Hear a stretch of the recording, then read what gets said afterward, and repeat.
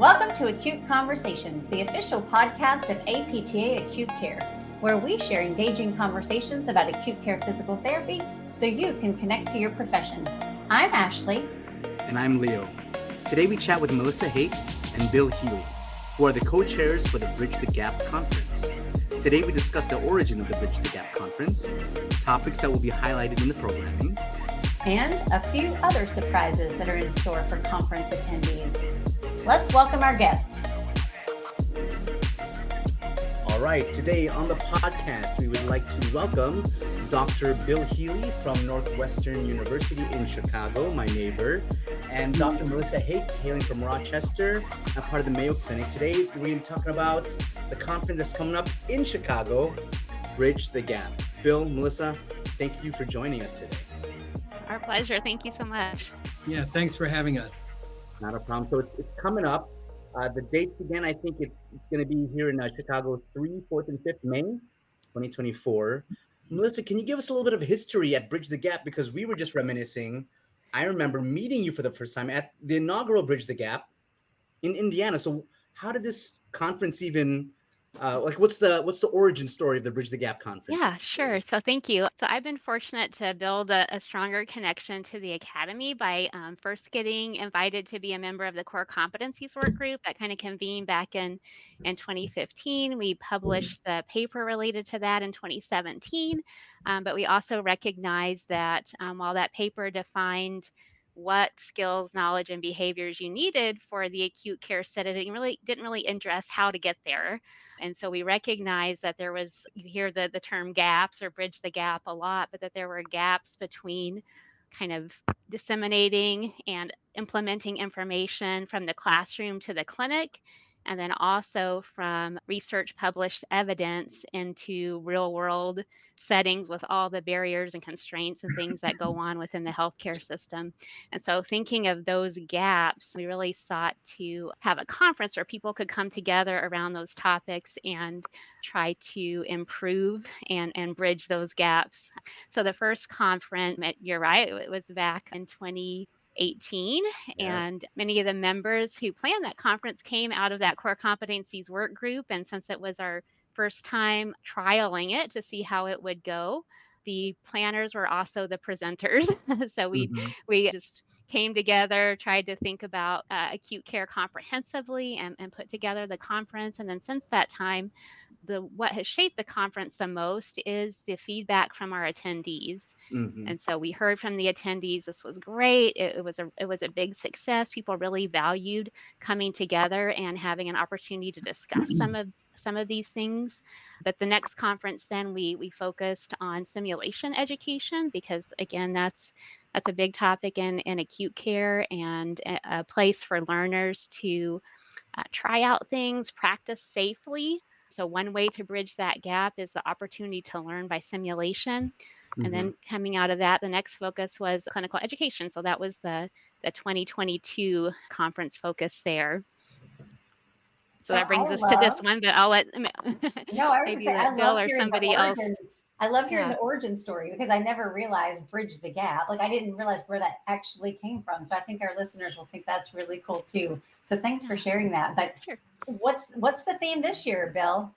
The theme this year is translating evidence into acute care practice. And so I'm very excited about this. And I went to the one in Indianapolis in 2018 because I was thinking, here's something, advanced training. Here's another level of training for acute care therapists. And I am an acute care therapist, and I got a lot out of it. I met like-minded people. And then the simulation, the second one, and then the third one in Madison. Again, we're bringing people together in acute care practice, clinicians and educators, residents and students. And so this conference that's coming up May 3 through 5, it starts Friday afternoon and runs through Sunday noon.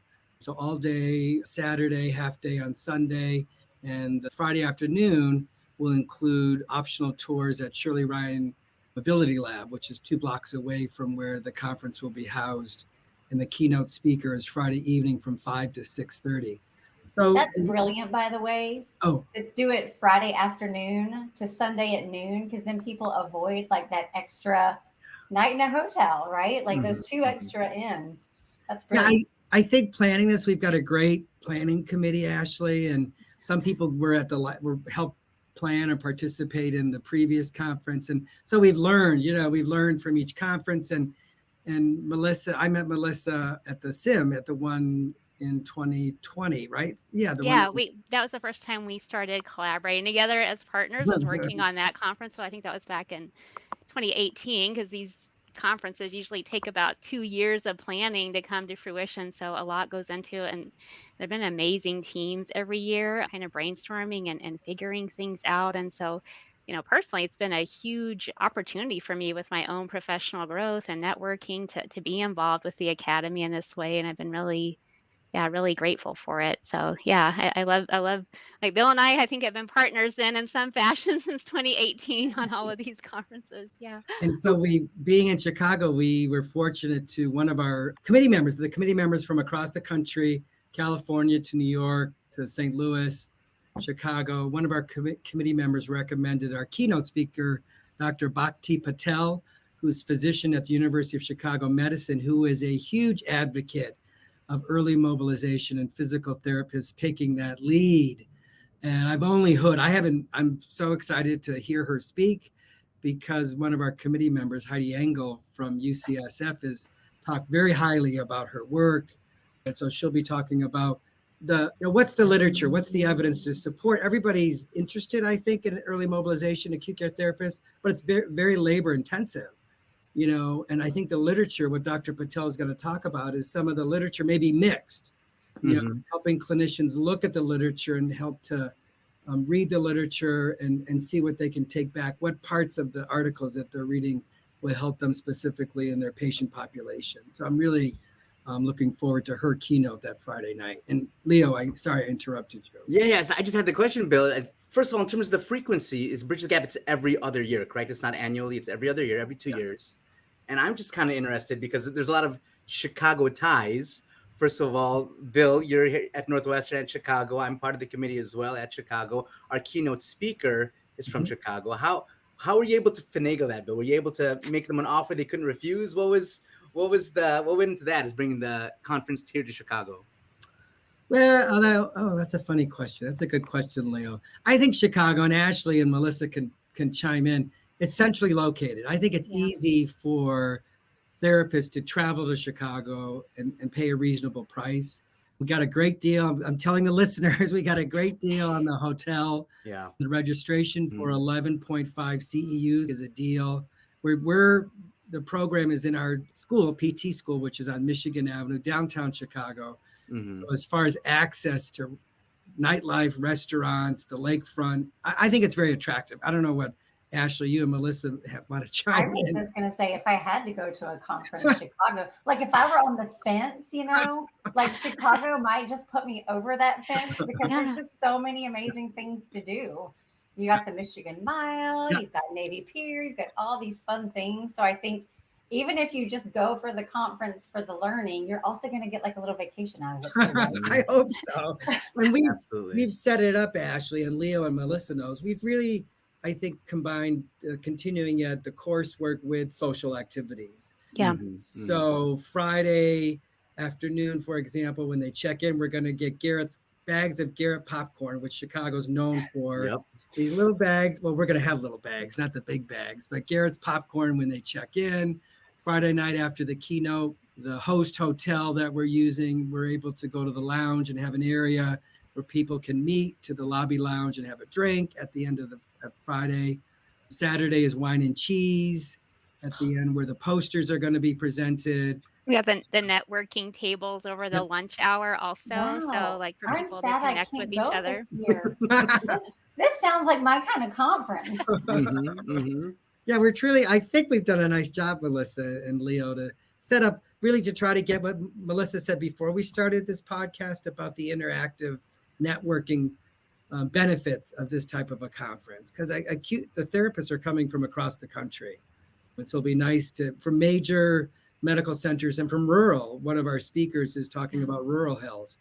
And so there may be like-minded clinicians there looking to see how they manage. They're the one-person PT in a community hospital in a rural community, and how they manage that setting. So I think we have some of our committee members already planning to do a run on the lakefront, or at least by the Riverwalk to do some running. Or at least I think Kathy Lee said that she's going to be doing some power walking, but they're going to take advantage of that, especially Chicago in May. Cinco de Mayo weekend is going to be beautiful. Yeah, the weather, sometimes we're wearing sweatshirts and it's raining on Memorial Day. No, that's true. That's rain true. or shine. Rain or shine. Yeah. But Bill, you also said what's really cool that we tied into it is the tour of Shirley Ryan, formerly known as the Rehab Institute of Chicago. So can you maybe talk a little bit about that? I think it's consistently voted one of the top rehab hospitals in the nation, and the new building that it's in now is state-of-the-art, top-notch. Could you talk maybe a little bit about the opportunity for taking tours of Shirley Ryan Ability Lab? And where everybody goes to get their outcome measures, right? Right, exactly. Website, yeah, I still go there, right? Rehab measures. Yeah, we're fortunate, Leo. The department, our PT program has had a relationship with Shirley Ryan since 2013, where their clinicians come over and teach, and our faculty are able to go over and practice, and our students are able to do their clinical experiences there. We've recently established a similar agreement with Northwestern Medicine, which is the acute care hospital across the street. They have several hospitals, outpatient clinics. And so we're, again, thrilled with this idea of being in the academic medical center and having access literally across the street. So the Shirley Ryan, I reached out to my colleagues at Shirley Ryan and said, we're having this conference. Do you think you would offer tours? Because it's like Space Odyssey. The interior of that building is unbelievable. What's the movie? You know what I'm talking about. It's spectacular. It's unbelievable. I think it's maybe going on 10 years old already, but there'll be tours. And we had a big turnout. We had 2 tours being offered, and I think 27 people signed up for the first 45-minute tour. That may be 2 to 2 in the afternoon, and another 20 for the second. So close to 50 people. And Leo, unfortunately, listeners, it's filled. So unless people cancel, but people jumped on that. So almost half of our attendees are looking to do a 45-minute tour of the space, and it's 2 blocks away from where the conference will be held. How many attendees come to these conferences? What's the average turnout? It's varied over the years, and when we offered it online, it wasn't our plan when we had to pivot because we were planning to be in a state-of-the-art sim center. But what that did allow was possibly more people to attend and get that information. So our numbers were high. Those first couple of conferences, a little bit lower with the ClinEd conference that was coming right out of post-COVID. There was still a lot of discussion at that time about, can we do something in person, and do we need, what kinds of procedures and policies do we need around that? This year, the numbers, rallied back up to what we typically see. So I think we have 90 people registered right now, and we have to cap that at 105. Is that right, Bill? Yeah. So we're right back up there where we were hoping to target. We don't want to grow so big that we lose that sense of community that has been a hallmark of the conference. Yes. But we also wanted to allow as many people as possible to get this information and participate. So we're really excited about that. I just want to touch on one thing that Bill said earlier too, and that was we are really, really intentional about trying to get all kinds of different perspectives from different stakeholders. So we had rural, we have large hospital, we have administrators, we have clinicians, we have academics who are trying to take complex patients, and how do we weave that into a curriculum? That's one of our speakers.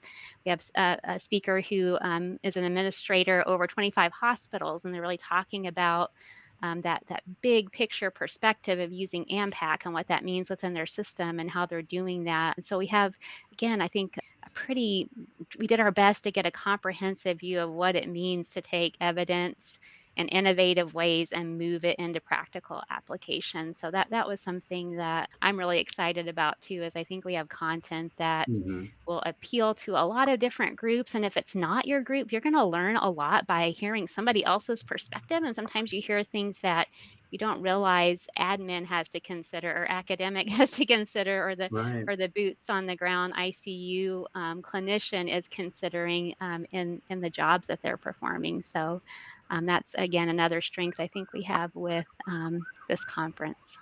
I love the idea of it being a smaller, I didn't know what the turnout was, but I love the idea of it being a smaller, intimate conference where you really can be with the community, network, collaborate.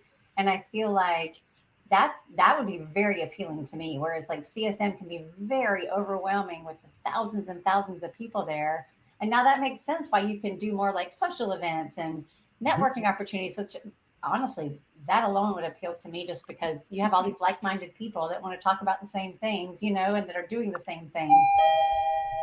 APTA Acute Care invites you to join us for a free upcoming webinar. The Path Isn't Clear, the Complex Ethics of Palliative Care PT in the Hospital.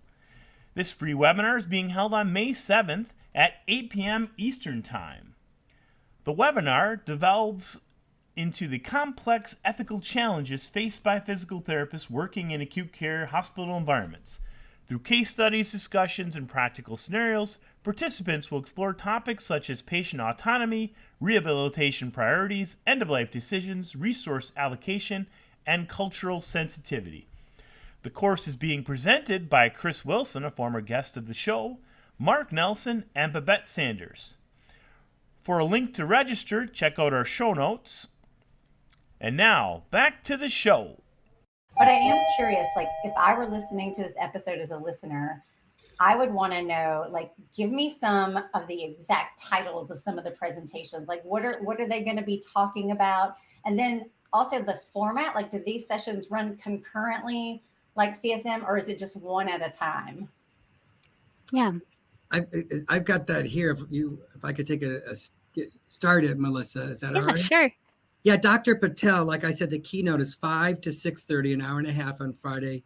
And her keynote is Preventing Disability After Critical Illness, Realizing the Value of Human Investment in Bedside Clinical Care. And so she's going to be talking about the pros and cons of early mobility. On Saturday, Ashley, we do have one session, 8 to 10. Again, the meals are provided, so there'll be refreshments on Friday night after when they register and after the keynote. There's breakfast Saturday and Sunday, and then the networking lunch is provided on Saturday. But Heidi Engel from UCSF, is her topic from 8 to 10 is how can we provide evidence-based care when the evidence is mixed or missing? That's going to be, to start off the Saturday. And then at 10 to 12, we have two concurrent sessions that people can choose from. Curriculum mapping for management of the medically complex patient. So for educators who are interested in how to train their DPT students or PTA students. And then using AMPAC, as Melissa mentioned. And then the networking lunch will be from 12:15 to 2:15, and that will be finding like-minded individuals to sit around the table. There's 2 hours, so they get to take at least an hour or so to do the networking and enjoy their lunch. And there's time to leave the building and to do some walking around the neighborhood. And then in the afternoon, the topic will be sprinting ahead of the curve, implementing high-intensity gait training in neuro ICU and acute care. The wine and cheese includes 12 posters. So we've invited poster submissions, and the education subcommittee selected 12 posters. So that'll be another time to network and see the literature. That is the most glorious way to walk around looking at posters. Wine and cheese. Yeah, I mean, what could be better? Way more fun, right? Do you have Sunday's schedule, Melissa? Do you have that, or I could? No, I don't have that pulled up. I have like deeper content on some of the sessions, but I don't have the overall content pulled up. You do, yeah, please. It's good. There's some surprises. You teased it for us. So. Yeah. So Sunday there's 2 more sessions. How's there you that? go. And we're done at 12:30. So done. Well, I can speak on Sunday. So the one at there's breakfast from 7:30 to 8, then 8 to 10. It's Catherine June, linking literature to land, applying multidisciplinary research to elevate rural health. So that was the rural health talk that they were going to do. Multidisciplinary, yeah. Yep. And then from 10:15 to 12:15, movement as medicine, mobility considerations for acute stroke care. That's Kimberly Lemons and Laura Barnes that are going to be presenting then. And then it'll be our wrap up. That is a very, very well-rounded lineup, I think. Like a little something for everybody. So kudos to our education team or the people that put it together, and also kudos to Bill and Melissa, because we were very intentional about, is there something for everyone? Let's say I'm an acute care therapist that's mostly doing administrative stuff as maybe a PT educator, or what if I'm just a new grad versus I'm a seasoned clinician, but I'm the only PT in this 300-bed hospital in rural communities. So we were really good about kind of choosing a good variety of opportunities. And in terms of the social networking, I think Dr. Kathy Lee has put together, was it like a scavenger hunt or some type of Yeah. social? And I think the podcast, there's some trivia questions related to the podcast, which would be really cool. So people are going to have to network a little bit as well. Oh my gosh. I think that sounds so fun, honestly. Mm-hmm. And I just think, how can you not go after listening to this, you know? Mm-hmm. Thanks, Ashley, for We're biased, but we totally Yeah. agree with you. thanks Well, for and I your think it's support. also a really cool topic, like putting evidence Yes. into practice, because so Yeah. many times, like, there's so much evidence out there and we can't possibly read all of it, you know. And for those who really just want to come and get some practical tips to take back the very next week and use, you know, I think that's a great way to do it. That was always my favorite thing about conferences, is like, okay, what can I like take and like use the very next week when I go back to work, so that I don't forget it and I'm excited to implement it right away. I am curious. So are there any parts of the conference that you haven't mentioned, or kind of inside scoops that our listeners could look forward to that maybe wouldn't be in the brochure or marketing materials? Well, Leo knows some. He's kind of been the master of what we're doing with the social media and Yes. prizes. Ooh. There are prizes at the Uh-oh. conference, and big Exactly. ones too. So I don't know if we want to give everything away, but definitely there's some stuff we haven't fully talked about yet. Mm-hmm. Mm-hmm. Okay, now I'm intrigued. Mm-hmm. So shout out to Colleen Fogarty over at APTA headquarters, part of the media corps. She hooked us up with some freebies. So that's some of the prizes, but I think we've got a good spectrum of different prizes and different contests that we have that are even going on over the weekend. And again, I like the fact that it's a smaller conference related to the very, very first Bridge the Gap. That's the first time I met Melissa. I do remember meeting Bill, and then the keynote speaker for the first one is Bill. It was your colleague Babette Sanders, who we had to have on the It's podcast. fabulous. Yeah, and then I met Sujoy Bose. So I remember he was also, I think he was just part of the conference. And Sharon Gorman, I think at the time she was the president of Right. Acute Care. So it's like, well, I get to meet and I think is Tracy. I think the plan was Tracy was going to be there for this one, our current president. Yeah, I believe Yeah. Tracy Norris, the president, will be there. So yeah. So if you want to rub elbows with Tracy Norris, I'll be there as part of the Bridge the Gap committee, but also as nominating committee chair, because just to make a pitch for APTA Acute Care, we are looking for people on our slate for leadership positions. So if that's something that you're interested in, you can come and see me. I'll be there, and I'll also be recording some people for the podcast. So that'll be another episode that we'll have booked and taped all together. Yeah, and it's really Sharon Gorman and Kristen Greenwood that Mhm. launched this conference and really made it a reality. So definitely our hats off to them. And they led the first 3 conferences and then kind of handed the baton over to Bill and I on this one. So we were excited to be able to work together. Mhm. Well, Yeah, before thanks, we- Melissa. I did want to, for acknowledging Sharon and Yeah. Kristen. They were great. Yeah, they did amazing. I think sometimes we underestimate how difficult it is and how much work goes into planning conferences like this. So definitely a huge shout out to the prior planners and also to you two. I mean, it's a lot. It's like, I feel like it's like you have to have a lot of passion and heart for it. Definitely. And it's so much fun though. I mean, we've had amazing teams every year. Like every year, I'm so impressed with the people that help us in planning it and making it a reality. And then I guess the opportunity again to get to know each other and learn from each other as well. So it is hard work, but it's also very fulfilling and just amazing opportunity for our own professional development. Do you guys tend to start like your planning after this conference? So Yes. if listeners are listening and they're like, "Ooh, I might want to get in on helping with the next Yeah. one," is that a possibility? Yeah, we definitely immediately do. I mean, we kind of debrief, we come together, we write a report for the academy also. We solicit lots of feedback, conference evaluation, as well as written comments. And that really, again, shapes the way that we keep envisioning the conference, moving it forward, trying to strengthen it, making it the best that we can year over year. But yes, we kind of reflecting on all of that information, how things went, and starting to use that to plan the next one. Yeah, thanks for asking for that pitch, Ashley. But yes, I think we would be interested in new members when we created this committee. It's a 9-person committee, and the staff, the administrative staff at the Academy are wonderful. We couldn't do this without Helena Kolarski and Peggy Pearl. But yeah, if people are interested, we look for clinicians and academicians and who else, and PT assistants and PTs. So we do try to have a varied committee to help plan for the next, for this conference and for the next one. That'll be important, I think. Yeah, we do look for a variety of perspectives. And I would say, in addition to that, we are intentional, I think, about trying to get people from all different parts of the country, because there are different ways that people practice and different insights that they can bring. So we definitely do look for diverse perspectives in the committees.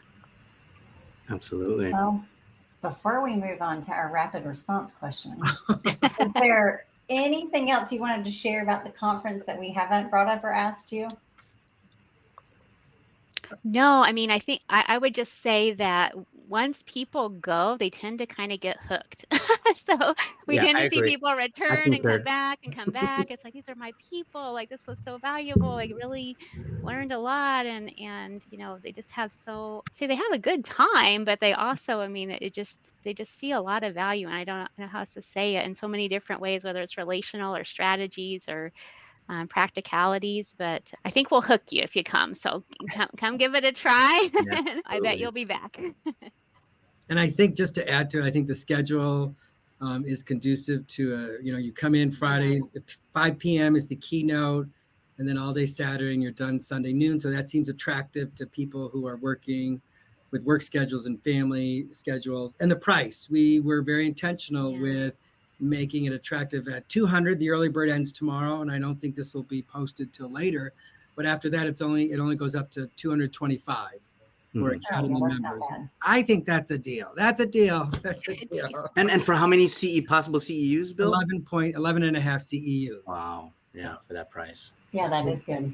And we've got the 90 right now, and we still have room for more. So please. And all the food is included. I mean, that's what I was just going to say. In that price. Right, the meals being included. That's huge. Yeah, you don't have to. Yeah, you should go out if you're in Chicago, but you don't have to. Yeah. Look, downtown Chicago, like literally like a couple blocks away from the lakeshore, and just right on the Magnificent Mile. Yeah. Yeah. For that deep dish pizza, right, Leo? Oh, that's right. It is. That's right. Deep dish all day.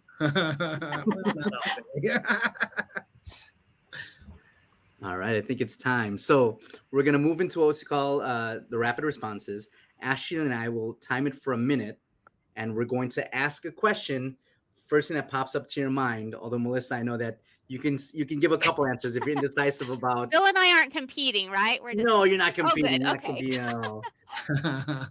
If anything, we'll see if the responses get more likes and more subscribers for the podcast. So we'll see. That's the hope. All right, we got 1 minute. Leo asked the first question, and then you both can take turns answering your first thing that comes to your mind. Okay. All right. Ready? And go. Melissa and Bill, what's your most favorite way to exercise? Hiking. Running. Perfect. Are you a morning person or a night owl? Morning. Oh God, yes. Since we're already talking about pizza, instead of deep dish versus thin crust, what do you like, or what type of pizza do you like? What type of toppings? Pepperoni. No, I don't know if there's a pizza I don't like. How about that? That's good, Melissa. I don't like anchovies. Ooh. There we go. That's fair. Okay. What's your favorite book that you'd recommend? Ooh. First one that comes to mind. All the Light. Is it All the Light You Cannot See? Yeah. And made it into a movie. That was really good. Yeah, I like that. Very good. I'd say in terms of repeat readings, it's been like Lord of the Rings. I'm kind of like a nerd there with that stuff. I have hundreds of books, so that's super hard to pick a favorite, and I like every genre. Bill, Melissa, name a therapist that has had a huge influence on your career.